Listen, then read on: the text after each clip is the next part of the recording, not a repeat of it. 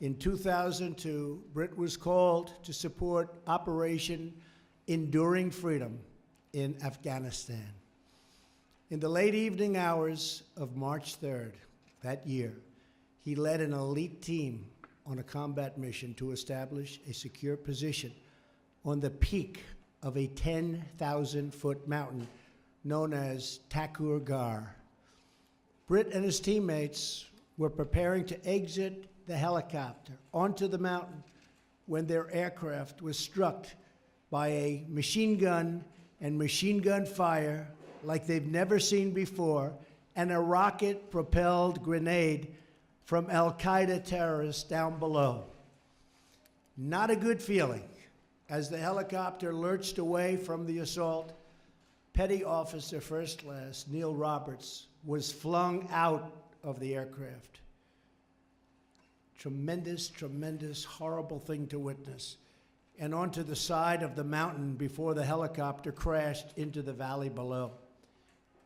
After surviving barely the violent crash, Britt and his team were retrieved by a second helicopter, also, by the way, piloted by very brave people.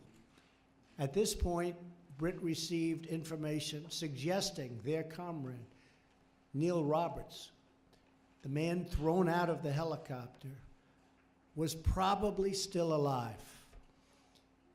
The team faced a choice to wait for reinforcements and pretty much safety, or to return immediately to the enemy stronghold in the hope of saving Neil's life.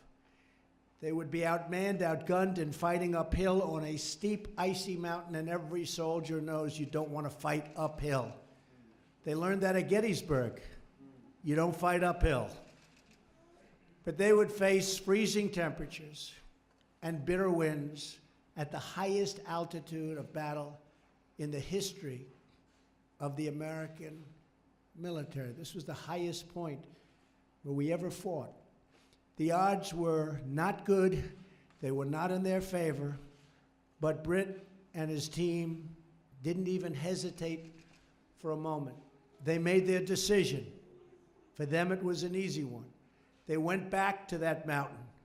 When their helicopter reached the mountain peak, they jumped out into a furious onslaught of machine gun fire like none of them had ever seen before.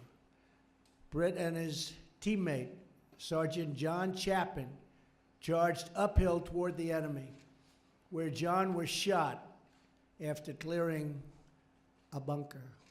Britt continued to engage the enemy, repeatedly exposing himself to horrendous fire. Two of his other teammates, Stephen Turbo Tobas and Brett Morganti, both suffered very, very serious leg injuries. Britt helped them to safety and called in airstrikes as continuous fire drove them ever further down the face of the mountain, got worse and worse, more and more dangerous. He kept going. In a treacherous descent, Britt and his men carried Turbo through the snow. At one point, they fashioned a makeshift harness out of their gun straps to hoist Turbo down a 13-foot cliff. In itself, treacherous, because if you miss that little area, they go down the mountain. There's no stopping them. When they could go no further, Britt tended to the wounded and coordinated their escape until his team was finally evacuated from enemy territory. 7 of the brave men who fought with Britt are here with us today, and maybe they'll stand up as I call their name. Petty Officer, Second Class, Brett Morganti. Pretty dangerous place, huh? Way to go, Brett. Chief Warrant Officer, Kyle Soderberg. Thank you, Kyle. Petty Officer, Second Class, Stephen Tobas. Thanks, Stephen. Chief Warrant Officer, Al Mack. Thank you. Sergeant Christopher Cunningham, Master Sergeant Eric Stebner, a Master Chief Petty Officer, still on active duty, is quietly not with us today.